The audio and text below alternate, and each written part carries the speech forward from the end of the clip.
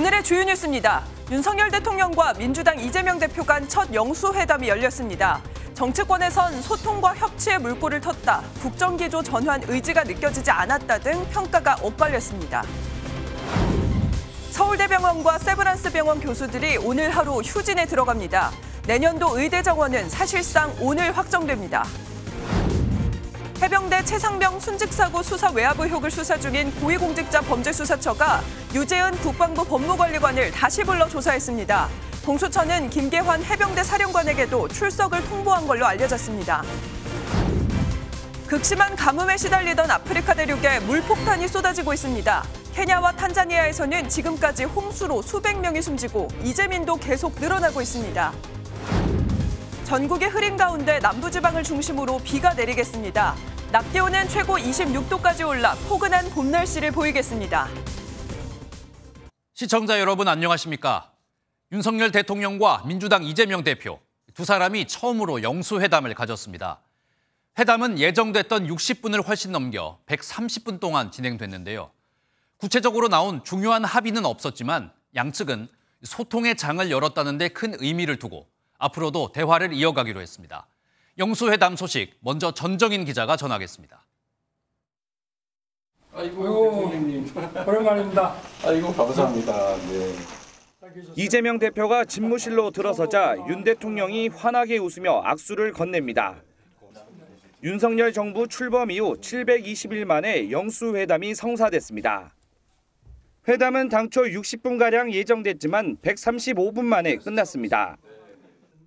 양측에서 각각 3명씩 배석한 채로 회담은 진행됐고 독대 회담은 없었습니다. 이 대표는 모두 발언에서 미리 준비해온 A4 용지 10장에 달하는 원고를 읽으며 그동안 주장해온 내용들을 모두 쏟아냈습니다.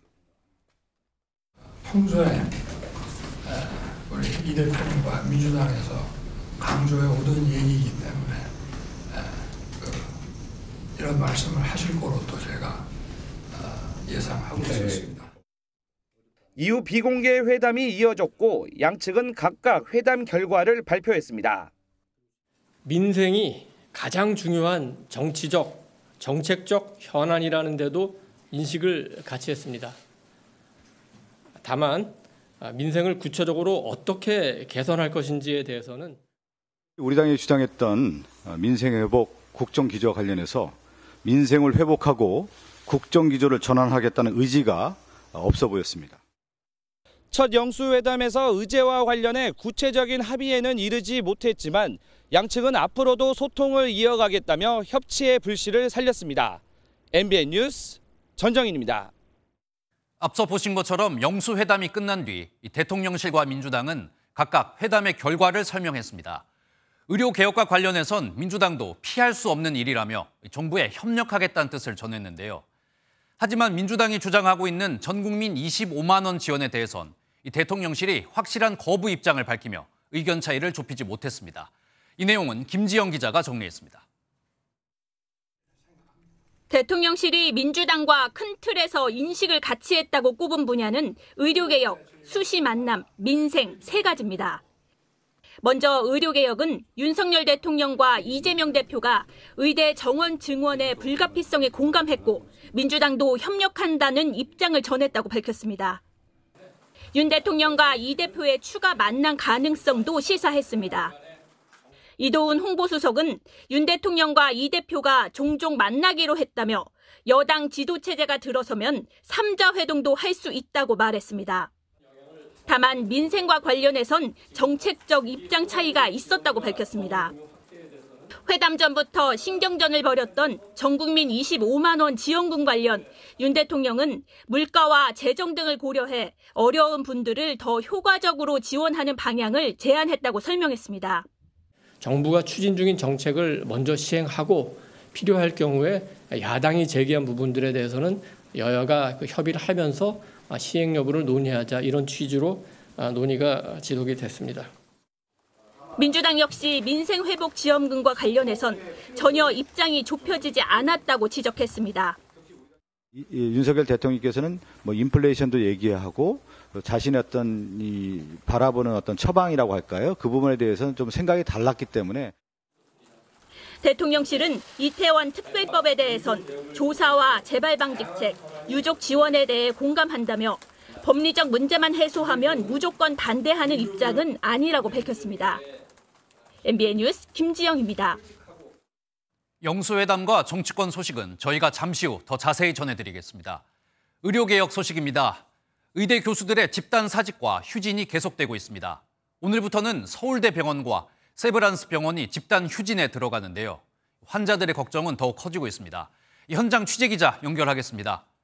백길종 기자, 서울대병원 지금 분위기 어떻습니까? 네, 이곳 서울대병원은 진료 시간을 앞두고 아직은 환자들이 많이 보이진 않습니다. 빅5 병원 가운데 교수들이 휴진에 나서는 건 오늘 서울대병원과 세브란스 병원이 처음인데요. 서울대 교수들은 외래 진료와 수술을 중단하는 대신 현재 의료 대란의 배경과 과정을 짚어보는 심포지엄을 열 계획입니다. 고려대 의료원, 경상국립대병원 등도 오늘 휴진에 나서고요. 다른 빅5 병원인 서울 아산병원과 서울 성모병원은 오는 3일부터 매주 금요일 외래 진료와 수술을 중단하겠다는 방침입니다. 환자와 보호자들의 우려가 클 수밖에 없는데요. 저희 취재진이 만나본 환자들에 따르면 응급진료나 중증진료의 경우 정상적으로 진료를 받을 수 있었다고 밝혀 휴진의 파장이 얼마나 클지는 지켜봐야 할 것 같습니다. 네, 결국 의대생들의 숫자를 얼마나 늘릴지 이 숫자가 문제인 것 같은데 오늘 대학들이 증원 규모를 발표한다면서요. 네, 전국 대학은 오늘까지 한국대학교육협의회에 대입 전형 시행계획 변경안을 제출해야 하는데요. 우선 내년도 의대 증원 규모는 1,500에서 1,700명 정도가 될 것으로 전망됩니다. 사립대들이 대부분 정부의 증원안을 전면 수용한 가운데 충남대와 충북대 등 국립대는 일단 내년은 증원분의 50% 정도를 늘리는 추세인 것으로 알려졌습니다. 공식 발표를 지켜봐야겠지만 정부가 추진한 2,000명에 근접할 것으로 예상되는데요. 의대 교수와 학생들의 추가 대응 여부에 관심이 쏠리고 있습니다. 지금까지 서울대병원에서 MBN 뉴스 백길종입니다. 해병대 최상병 순직 사건의 수사 외압 의혹과 관련해 유재훈 국방부 법무관리관이 밤사이 다시 조사를 받았습니다. 공수처는 해병대 김계환 사령관에게도 이번 주 조사를 받으라고 통보했습니다. 이 소식은 최돈희 기자입니다. 지난주 금요일에 이어 사흘 만에 또다시 소환된 유재훈 국방부 법무관리관. 12시간 40분 동안 조사를 받은 뒤 어젯밤 10시 20분쯤 귀가했습니다. 질문하시는 부분에 성실히 답변 드렸습니다. 유 관리관은 최상병 순직 사건 수사 외압 의혹의 핵심 인물로 당시 수사 기록을 경찰로부터 해소한 뒤 주요 혐의자와 혐의 내용을 축소하는 데 관여했다는 의혹을 받고 있습니다. 특히 이번 조사에선 이시원 대통령실 공직기관 비서관과의 통화 내용이 무엇인지, 누구의 지시로 해소한 건지 등을 집중 추궁한 것으로 알려졌습니다. 유 관리관은 이에 대한 질문엔 답하지 않았습니다. 이시원 비서관과 통화한 내용 기억 안 난다고 말씀하신 건 맞을까요? 유 관리관에 대한 구속영장을 청구할 가능성도 점쳐집니다. 공수처는 당시 사건 최종 결과를 내놨던 박경훈 국방부 조사본부장 직무대리를 비롯해 김계환 해병대 사령관, 이종섭 전 국방부 장관 등도 차례로 불러 조사할 전망입니다. MBN 뉴스 최동입니다. 밤사이 들어온 국제 소식입니다. 최근 미국 대학가에서는 이스라엘을 규탄하는 시위가 이어지고 있습니다. 철거 명령을 거부하는 시위대를 경찰이 강제 진압하는 일도 벌어졌는데요. 미국 블링컨 국무장관은 이스라엘과 하마스의 휴전을 압박하고 있습니다. 워싱턴에서 최종락 특파원입니다.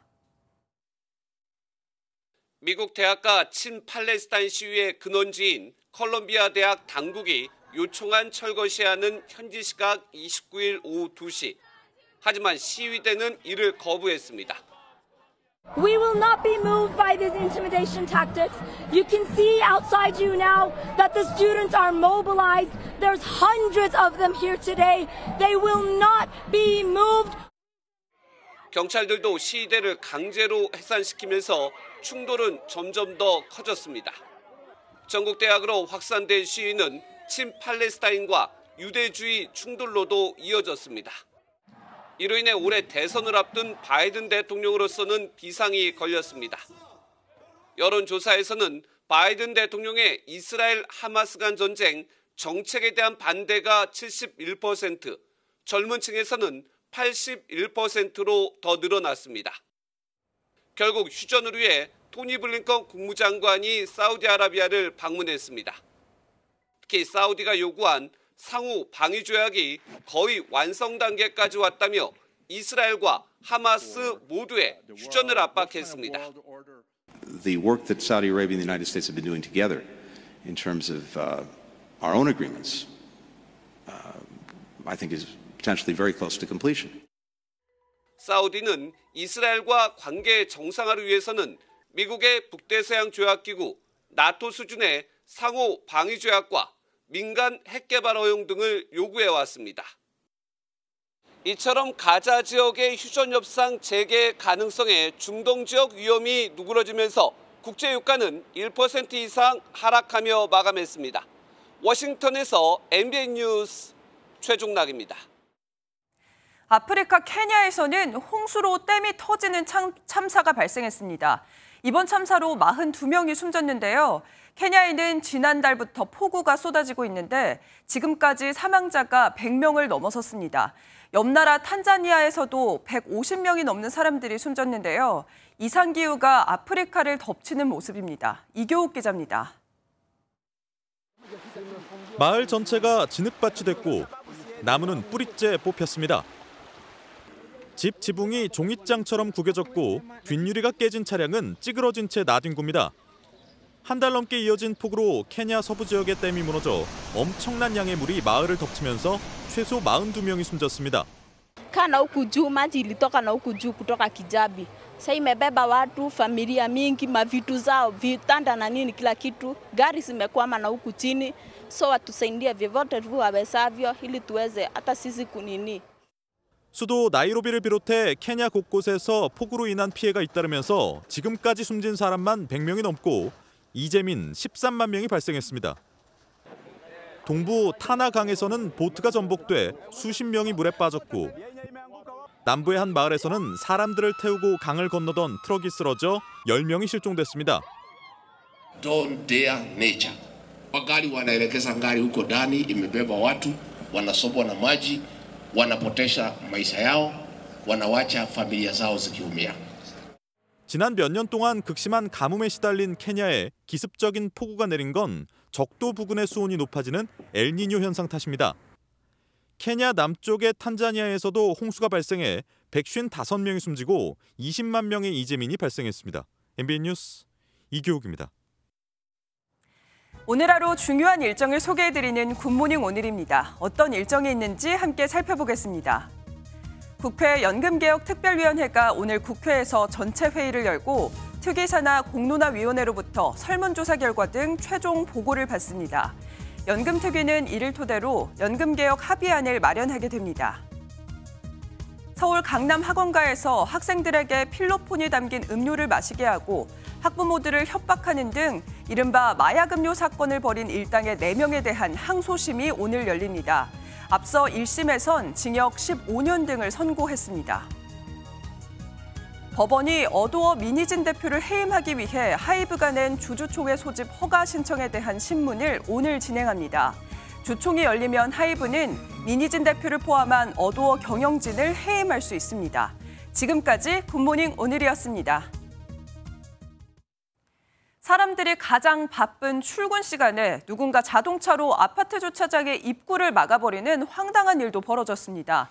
30대인 차 주인은 주차 위반 스티커를 왜 이렇게 많이 붙인 거냐고 항의하다가 이런 일을 벌였는데요. 억지를 부린 지 무려 6시간 만에 차를 치웠다고 합니다. 장덕진 기자입니다. 아파트 지하주차장 출입구에 외제차 한 대가 가로로 주차되어 있습니다. 차로 한가운데를 차지하고 있어 들어오지도 나가지도 못하게 만들었습니다. 앞유리에는 위반 스티커가 빼곡하게 붙어 있습니다. 30대 차 주인은 이 아파트 입주민으로 주차 위반 스티커에 항의하며 이런 일을 벌였습니다.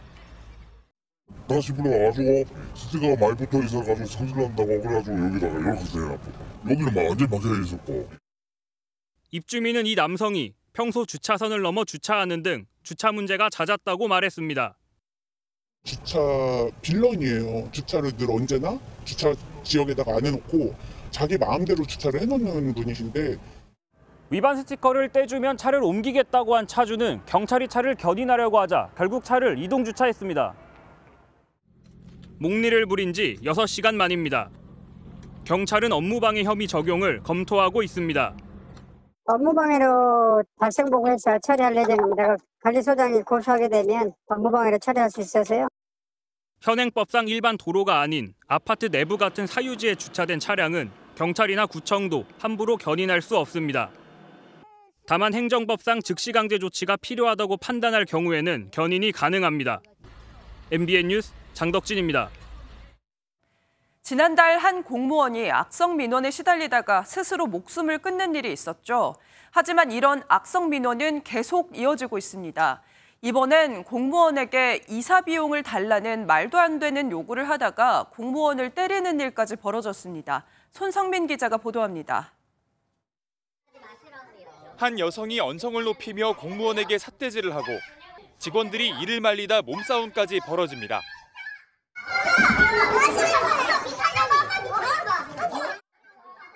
지난 12일 서울의 한 주민센터에서 50대 여성 A씨가 이사 비용을 달라며 난동을 피우는 모습입니다.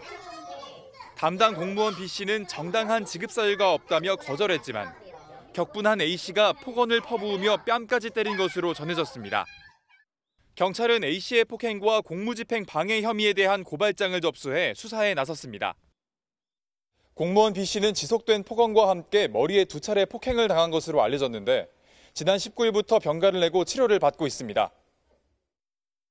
폭언이나 욕설이 있으면 바로 고발 조치하려고 하고 있어요. 이번 기회를 통해서 우리 강서구청에서도 악성 민원은 엄중하게 대응하기로.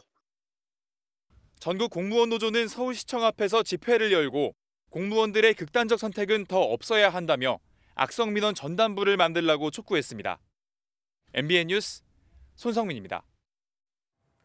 운전을 하다가 갑자기 차선을 바꾸거나 갑자기 멈추면 큰 사고로 이어질 수 있죠. 그래서 실제 접촉 사고가 없었더라도 이런 행동들은 비접촉 사고로 인정이 됩니다. 그런데 이 비접촉 사고에 대해 아무 조치 없이 현장을 떠나면 뺑소니 혐의가 인정되는 경우가 있는데요. 피해자의 보호를 위해 만든 법인데 이런 점만 노려서 보험 사기를 저지른 60대 남성이 경찰에 붙잡혔습니다. 어떤 내용인지 안진우 기자가 보도합니다. SUV가 갑자기 끼어들자 뒷차 운전자가 경적을 울립니다. 화가 났는지 차를 세우고 항의하는데 SUV는 그냥 가버립니다.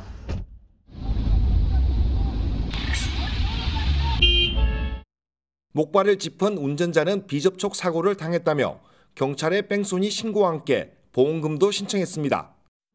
갑자기 끼어든 차량을 향해 이번에도 경적을 울립니다.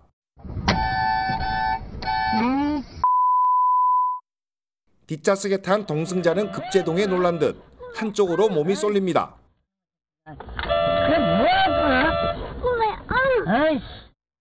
운전자는 이번에도 갑자기 끼어든 차량 때문에 비접촉 사고를 당했다며 증거자료로 블랙박스 영상을 제출했습니다. 피해를 주장하기 위해 블랙박스 영상 녹화 때부터 일부러 행동이나 말을 과장되게 한 일종의 수법입니다. 비접촉 사고는 가해자로 지목된 운전자가 사고가 난 걸 몰랐다는 사실을 입증하기 어렵다는 점을 노렸습니다.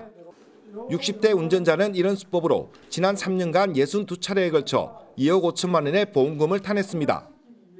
장애인 행세를 하면서 다쳤다고 주장을 하니까 보험사에서는 보험금을 지급할 금감원 등 민원을 여러 차례 제기를 함으로 경찰은 60대 운전자를 보험 사기 등의 혐의로 구속했습니다. MBN 뉴스 안진우입니다. 지난 2018년 우리나라와 북한의 군인들은 빈묘장지대에 함께 도로를 만들고 서로 악수를 나눴습니다. 남북 군사 합의를 상징하는 모습이었는데요. 하지만 북한이 평화의 상징이라던 이 도로에 지뢰를 깔고 있습니다. 더 이상 남북 교류를 하지 않겠다는 뜻으로 보이는데요. 자세한 내용 권영범 기자가 전합니다.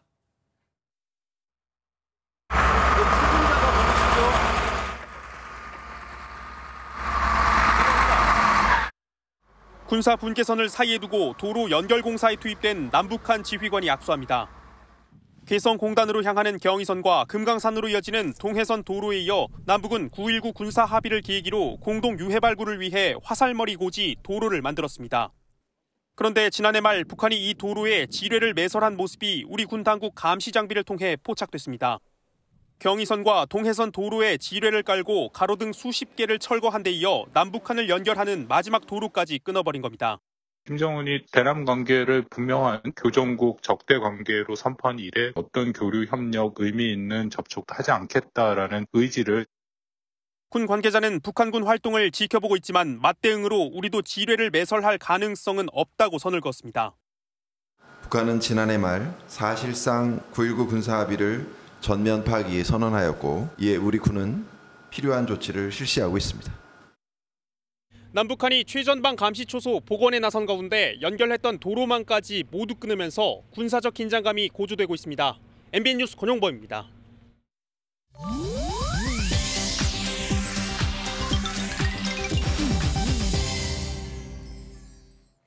인터넷에선 어떤 소식들이 화제일까요? 인터넷 와글와글입니다. 그룹 세븐틴이 지난 9년간의 도전을 정리한 베스트 앨범으로 돌아왔습니다.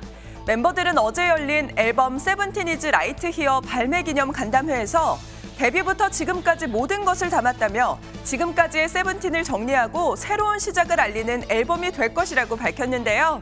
앨범에는 2015년 데뷔한 이래 한국과 일본에서 발매한 음반 타이틀곡과 신곡 등 33곡이 수록됐고 멤버들이 직접 창작에 참여했다고 합니다.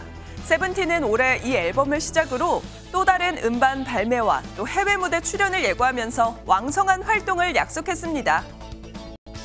미국에서 달리는 버스의 지붕에 올라가는 버스 서핑이 유행하고 있어 누리꾼들의 우려를 사고 있습니다. 외신에 따르면 주로 청소년들 사이에서 이 챌린지 형식으로 이런 영상을 찍어 SNS에 공개한다고 하는데요. 달리는 버스의 지붕 위를 아슬아슬하게 뛰거나 지붕 위에 서서 전선 밑을 간신히 피하는 위험한 장면이 찍히기도 했습니다. 앞서 미국에선 이미 지하철 서핑으로 10대들이 목숨을 잃으면서 사회 문제가 됐는데요. 버스 서핑은 앞으로 어떤 일이 일어날지 예측하기가 어려워서 훨씬 더 위험하다는 경고를 계속하고 있지만 좀처럼 멈추질 않고 있다네요.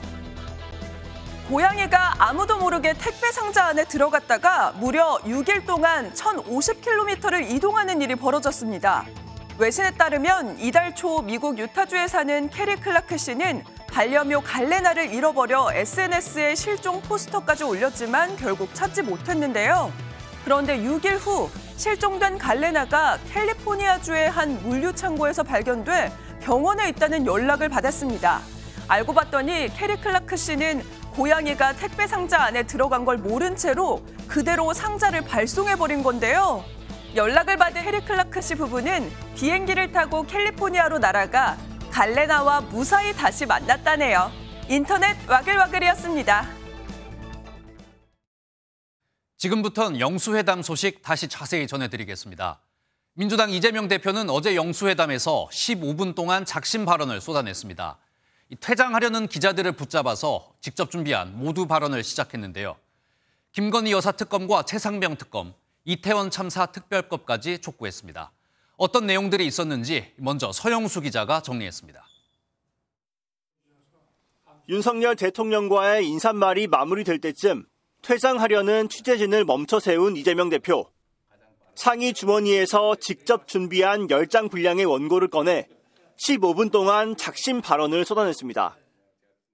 제가 오늘 드리는 말씀이 거북하실 수 있을 텐데 그것이 이제 야당과 국민들이 가지는 이 정부 2년에 대한 평가의 일면이다 이렇게 생각해 주시면 고맙겠습니다.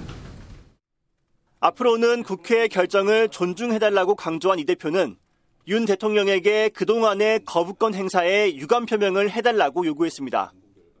최상병 특검법과 이태원 참사 특별법을 수용해달라고 주장한 데 이어 사실상 김건희 여사 특검법 수용까지 압박했습니다. 이번 기회에 국정 운영에 큰 부담이 되고 있는 가족 등 주변 인사들의 여러 의혹들도 정리하고 넘어가시면 좋겠다는 생각입니다. 민주당이 주장해온 민생지원금 지급과 R&D 예산 복원을 위한 추경의 필요성도 강조했습니다. 골목 상권의 소상공인이나 자영업자 또 지방에 대한 지원 효과가 매우 큰 민생회복 지원금은 꼭 수용해 주시기를 부탁드립니다. 이 대표는 의료개혁과 연금개혁 정책에 대해선 정부와 적극적으로 협력하겠다는 뜻도 밝혔습니다. MBN 뉴스 서영수입니다.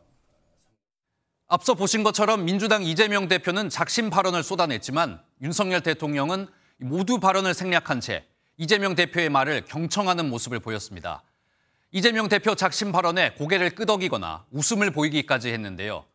하지만 선을 넘나드는 아슬아슬한 비판에는 표정이 굳어지기도 했습니다.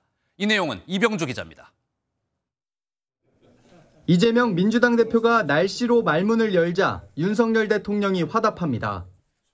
저와 우리 이 대표님하고 만나는 걸 우리 국민들이 다 고대하셨기 때문에 오늘 이렇게 좋은 날씨를 준비합니다. 반갑다는 인사말과 함께 손님 말씀을 들어야 한다며 특별한 모두 발언을 하지 않은 윤 대통령은 이 대표 발언에 귀 기울이고 호응했습니다. 저희가 오다 보니까 한 20분 정도 걸리는데 실제 여기 오는데 한 700일 걸렸다고.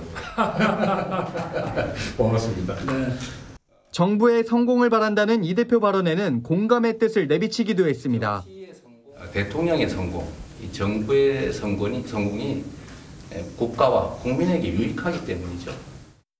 그렇죠. 이후 윤 대통령은 이 대표의 발언이 본격적으로 시작되자 대화 중간중간 고개를 끄덕이며 경청했습니다. 작심 비판에 표정이 굳어지기도 했는데 공개 회담은 웃음으로 마무리됐습니다. 대통령님께까지 제가 말씀드린 거 상당히 불편하실 수 있을 것 같습니다. 윤 대통령은 이어진 비공개 회담에서 이 대표 모두 발언에 답변하는 식으로 대화를 이끈 것으로 전해집니다. MBN 뉴스 이병주입니다.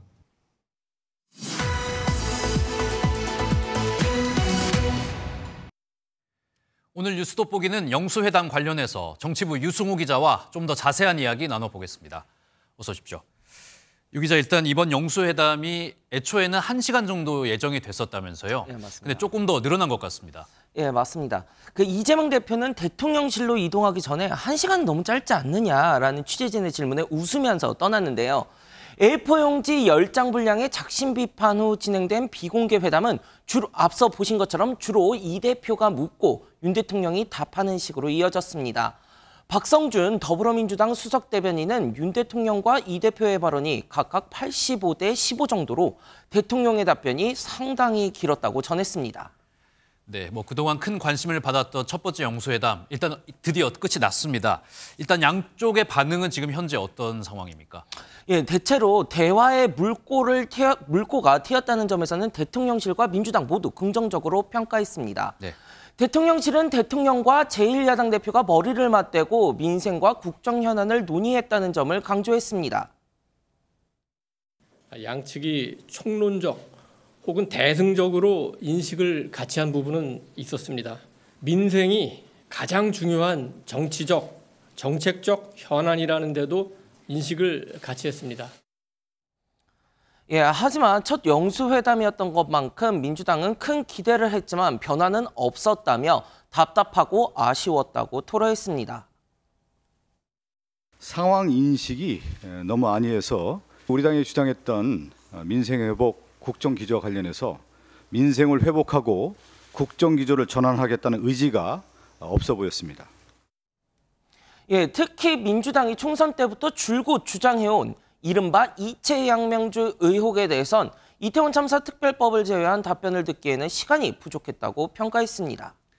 네, 그래도 앞서 말씀하신 것처럼 대화를 시작했다. 이 점에는 양측 모두 동의를 한 것 같습니다. 그런데 이제 종종 만나겠다, 어제 이런 발언도 나왔었잖아요. 앞으로 만날 계획은 혹시 나왔습니까? 예, 맞습니다. 물론 현안에 대한 이견 차는 확실히 확인을 했지만 의대 증원 등에 대해서는 공감하는 분위기였는데요. 윤 대통령은 회담 직후 참모회의에서 다음 영수회담에 대해 직접 언급한 것으로 전해집니다. 첫 회담을 대통령실에서 한 만큼 다음 회담은 국회 사랑제에서 하는 것에 대해 참모들에게 어떠냐고 물었다고 하는데요. 여당 지도부가 꾸려지면 3자 회동도 열릴 가능성이 있지만 쟁점 현안을 두고 워낙 견해차가 커서 후속 협의에 대해서는 좀 더 지켜봐야 할 것 같습니다. 네, 영수회담 말씀 잘 들었고요. 이번에는 국회 쪽 한번 짚어보겠습니다. 어제 원래대로라면 여야 이 원내대표 회동이 있는 걸로 알고 있는데 뭐 별로 나오는 이야기가 없더라고요. 어떻게 된 겁니까? 예, 결론부터 말씀드리자면 여야 신경전 좀 더 치열해질 것 같습니다. 여야 원내대표 어제 오찬 회동을 하고 일정 협상을 재개했지만 결국 합의에 실패했습니다. 앞서 어제 오전 11시에 국회의장실에서 김진표 국회의장 주재로 두 사람이 만나기로 했는데 윤재욱 국민의힘 원내대표가 영수회담 결과를 보고 논의하겠다고 불참하면서 오찬 회동으로 급히 변경됐습니다. 국민의힘은 양국관리법이나 해병대원 특검법 등 쟁점 법안을 21대 국회에서 무리하게 임기 말에 처리하는 것은 바람직하지 않다는 입장인데요. 반면 민주당은 다음 달 2일을 포함해 최소 2차례 본회의를 열어 해당 법안들을 신속하게 처리하겠다고 맞서고 있습니다. 영수회담을 통해 민주당이 대통령의 의중을 파악한 만큼 각종 특검법 처리를 둘러싼 여야 기싸움이 월 한 달 내내 이어질 것으로 보입니다. 네, 오늘 말씀 여기까지 듣겠습니다. 지금까지 정치부 유승호 기자였습니다. 정치권 소식 계속 이어가겠습니다. 국민의힘은 새로운 비대위원장을 뽑았습니다. 바로 황우여 전 새누리당 대표인데요. 전당대회 준비를 위한 2달짜리 임시대표라는 한계 때문에 쇄신보단 관리 쪽에 무게중심을 두는 모습입니다.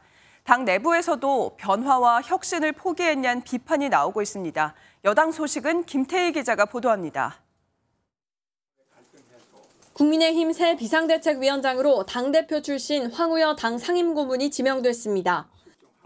총선 참패 이후 세 번째 당선인 총회에서 윤재욱 당 권한대행이 황우여 고문을 지명했고 이견은 없었던 것으로 전해졌습니다. 황우여 대표님은 오선 의원이시기도 하고 당의 대표를 지내신 분이고 또 덕망과 인품을 갖추신 분이고 공정하게 또 전당대를 관리할 수 있는 분으로. 황우여 당 상임고문은 국민의힘 전신 새누리당에서 원내대표와 당대표를 맡았고 15대부터 19대까지 국회의원을 지낸 원로 정치인입니다. 이르면 6월 전당대회 전까지 관리형 비대위를 이끌 무난한 인선이란 평가가 나옵니다. 무난한 인선이라고 생각합니다. 문제는 이제 그 비대위원회를 어떻게 구성하는가 거기에 대한 것인데요. 당 안팎에선 혁신을 포기했다는 비판도 있습니다. 정말로 총선에 나타난 민의를 받들고 어떤 혁신 쇄신의 그림을 그려 나갈지 참 그건 잘 모르겠습니다. 야권에서도 새 비대위원장 지명에 관해 국민이 명령한 변화와 혁신을 포기한 것이라고 강하게 비판했습니다. 국민의힘은 전국위원회를 거쳐 이번 주 금요일 원내대표 선출을 전해 황우여 비대위원장 임명 절차를 마무리할 예정입니다. MBN 뉴스 김태희입니다. 더불어민주당에서는 22대 국회의장 자리를 놓고 내부의 경쟁이 치열해지고 있습니다. 한 여론조사에서는 추미애 전 장관이 압도적인 1위로 나왔는데요. 실제 민주당 내부 분위기는 어떨까요? 정태훈 기자가 취재했습니다. 현재까지 국회의장 후보로는 6선의 조정식 의원 추미애 당선인과 5선의 정성호, 우원식 의원이 꼽힙니다. 공교롭게도 4사람 모두 친명 원외 조직인 더민주 전국혁신회의 행사에 참석한 가운데 정견 발표에 버금가는 포부를 밝혔습니다. 지금까지 보여줬던 국회의장의 그런 모습이 아니라 중립이라고 하는 것이 몰가치가 아니고 국회의장은 국회의 사회자가 아니다라고 하는 것을 분명하게 보여줌과 동시에 친명계 좌장으로 꼽히는 정성호 의원은 당원 중심의 대동단결을 외쳤습니다. 우리 당원들이 중심이 되어갖고 국회를 변화시키고 그 뜻을 받아갖고 의원들이 한마음 한뜻이 되어갖고 다음 정공결처럼 나갈 수 있게 잘 뒷받침하겠습니다. 6선의 조정식 의원은 검찰의 국회 압수수색을 작심 비판했고 추미애 당선인은 박근혜 전 대통령 탄핵에 주역임을 거론하며 지지를 호소했습니다. 한 여론조사에서는 추미애 당선인이 국회의장으로 가장 적합하다는 조사 결과가 나왔는데 내부 사정은 전혀 알 수 없다는 분위기입니다. 한 민주당 관계자는 의원들이 직접 투표를 하는 만큼 개별 물밑 접촉을 얼마나 잘하느냐가 관건이 될 것이라고 설명했습니다. 22대 첫 국회의장 자리를 두고 민주당 내 중진 경쟁이 더욱 치열해지는 가운데 민주당은 이번 선출 과정에 처음으로 과반 결선 투표제를 도입할 예정입니다. MBN 뉴스 정태용입니다. 부동산 경매는 현재 부동산 시장의 분위기를 먼저 보여주기 때문에 중요한 선행 지표 역할을 하는데요. 최근 낙찰가율이 90%까지 올랐다고 합니다. 거래가 늘고 집을 사겠다는 사람도 많아진 것으로 보이는데 100억 원이 넘는 주택도 경매에 등장했습니다. 최민성 기자입니다. 서울 한남동의 한 고급 주택입니다. BTS가 산다고 해서 더 유명해진 아파트인데 전용 면적 207제곱미터가 첫 입찰에서 93억 원이 넘는 가격에 낙찰됐습니다. 감정가 78억 5천만 원에 120%에 육박하는 금액입니다. 전용 244제곱미터는 공동주택으로는 처음으로 감정 가격이 100억 원을 넘어섰습니다. 이 주택은 경매 감정가 108억 원, 낙찰가 93억 원을 기록했는데 이는 역대 최고치입니다. 물건을 의뢰할 때는 100억 이상으로 나오거든요. 매매 가격이 나올 때는 120매덕 이렇게 나와요. 이번 달 지난 26일까지 진행된 서울 아파트의 감정가 대비 낙찰 가격인 경매 낙찰가율은 90.8%를 기록했습니다. 서울 아파트의 낙찰가율이 90%를 넘어선 건 20개월 만에 처음입니다. 낙찰률도 47.1%로 한 달 전보다 10%포인트 넘게 상승했는데 강남권 등 인기 지역의 경매 물건이 1회차에서 낙찰되는 등 수요자가 몰린 영향입니다. 강남권 아파트가 이렇게 높은 가격에 낙찰되면서 전반적인 낙찰가를 좀 상승을 시켰습니다. 그만큼 이제 매매 시장에서도 매도 호가나 실거래가가 올라가고 있는 상황이다라고. 서울 아파트 가격도 18주 만에 반등한 데 이어 경매 시장까지 활기를 되찾으면서 부동산 거래 회복에 대한 기대감이 커지고 있습니다. MBN 뉴스 최민성입니다.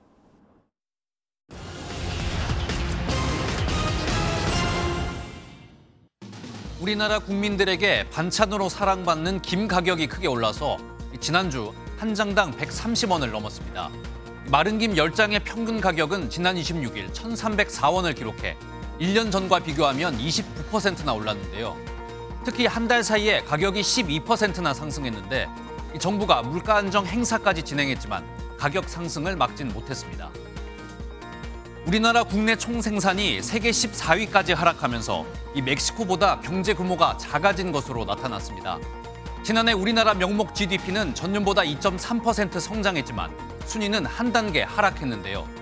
우리나라 GDP는 2018년 세계 10위를 기록한 후 꾸준히 하락했는데 14위까지 떨어진 건 2012년 이후 처음입니다. 정부가 가스요금을 현재 가격으로 유지하기로 했습니다. 정부는 최근 가스공사에 주택용과 일반용 가스비를 지금처럼 유지하라고 통보했는데요. 가스요금이 10% 정도 오를 거란 전망이 나왔지만 최근 급격한 물가 상승으로 정부가 가스요금 유지에 나섰다는 분석입니다. 지금까지 굿모닝 경제였습니다. 전기차 패권을 둘러싼 미중 갈등이 이어지는 가운데 미국 테슬라의 CEO 일론 머스크가 중국을 전격 방문했습니다. 중국은 테슬라의 완전 자율주행 사업을 허용하면서 윈윈 작전에 나섰습니다. 한범수 기자가 보도합니다. 미국 테슬라의 최고 경영자인 일론 머스크가 중국 베이징을 깜짝 방문했습니다. 인도를 찾아 투자 계획을 발표하려다 발걸음을 돌연 중국으로 돌린 겁니다. 머스크는 리창 총리와의 면담에서 중국 전기차 산업의 호의를 나타냈습니다. It's good to see electric vehicles making progress in China. All cars will be electric in the future. 이에 화답하듯 중국은 외자 기업으로는 유일하게 테슬라가 중국에서 완전 자율주행 사업에 나설 수 있도록 길을 터줬습니다. 테슬라가 중국에서 수집한 교통 데이터를 미국으로 전달해 더 나은 자율주행 소프트웨어를 개발할 수 있도록 하고 이를 다시 상하이 공장에서 생산된 일부 차종에 적용해 출시할 수 있게 허용한 겁니다. 테슬라와 중국의 이 같은 밀착은 이해관계가 맞아떨어지면서 가능해졌다는 분석입니다. 테슬라는 최근 전기차 판매 부진에 따라 주가가 곤두박질치며 직원 감축에 나설 정도로 어려움을 겪었습니다. 올여름 출시하는 자율주행차 로보택시가 희망인데 성공하려면 세계 최대 시장인 중국 진출을 넓혀야 한다고 판단한 것으로 보입니다. 중국 시장이 전체 전기차의 40% 이상을 차지하니까 이 시장의 중요성을 전기차 최강국을 노리는 중국은 테슬라 투자를 늘려 미국을 넘어서려 한다는 해석이 나오고 있습니다. MBN 뉴스 한범수입니다.